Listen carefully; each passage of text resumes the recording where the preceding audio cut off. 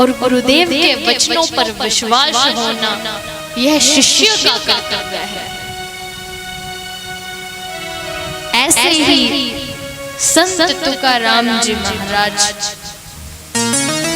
बड़े विरक्त संत थे।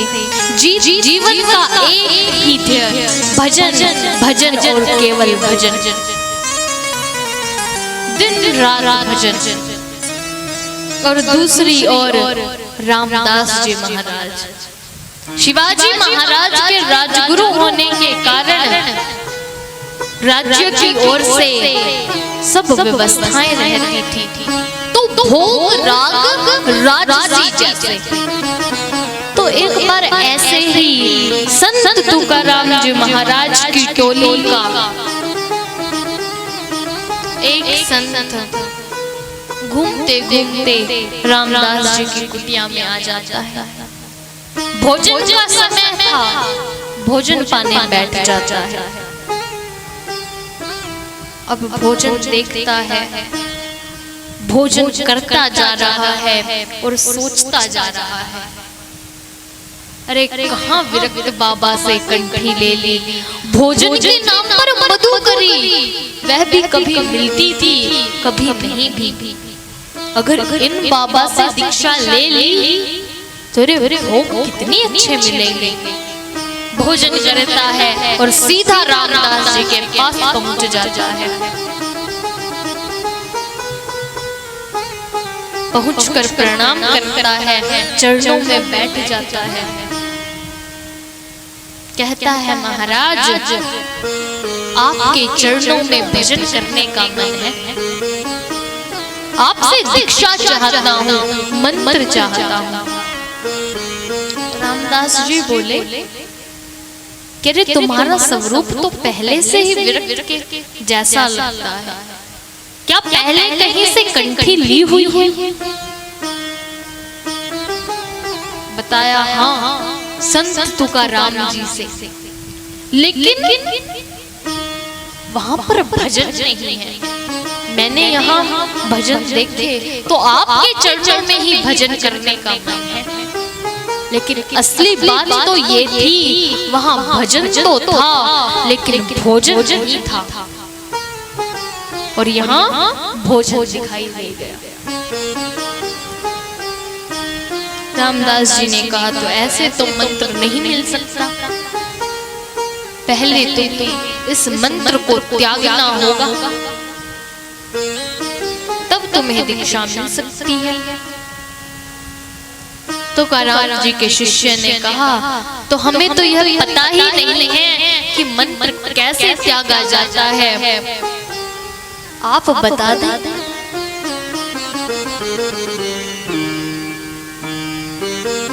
रामदास जी ने बताया कि आश्रम के बाहर एक शिला है, तुम वहां जाओ, एक बार मंत्र बोलो और मुंह में भर के जल डाल दो, दूसरी बार बोलो ऐसा ही करो, तीसरी बार मंत्र को बोलो और ऐसा ही करो।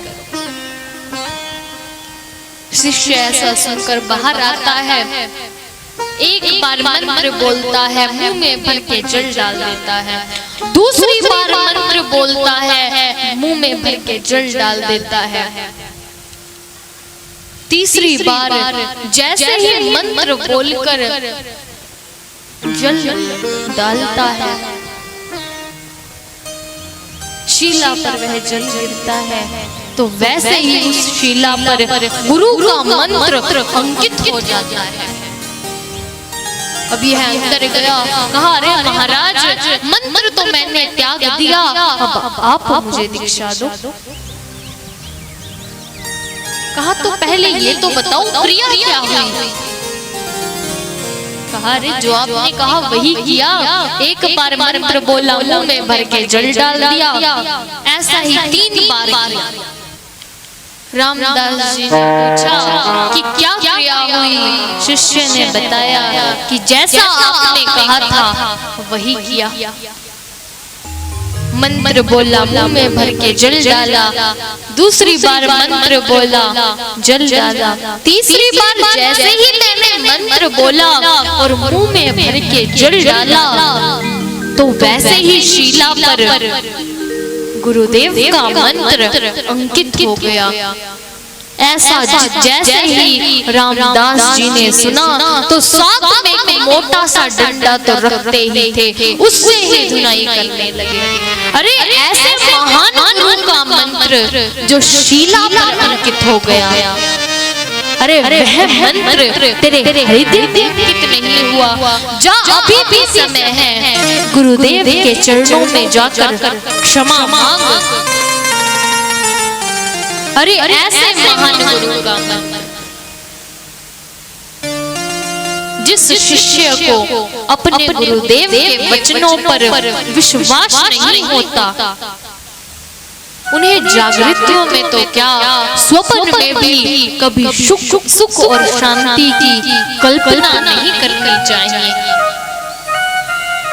गुरुदेव तो ऐसे हैं जो हमें इस भव सागर से पार उतार सकते हैं, वही कार्य गुरुदेव का है। और जब गुरुदेव के वचनों पर विश्वास ही नहीं है, तब जीव का कल्याण कैसे हो सकता है।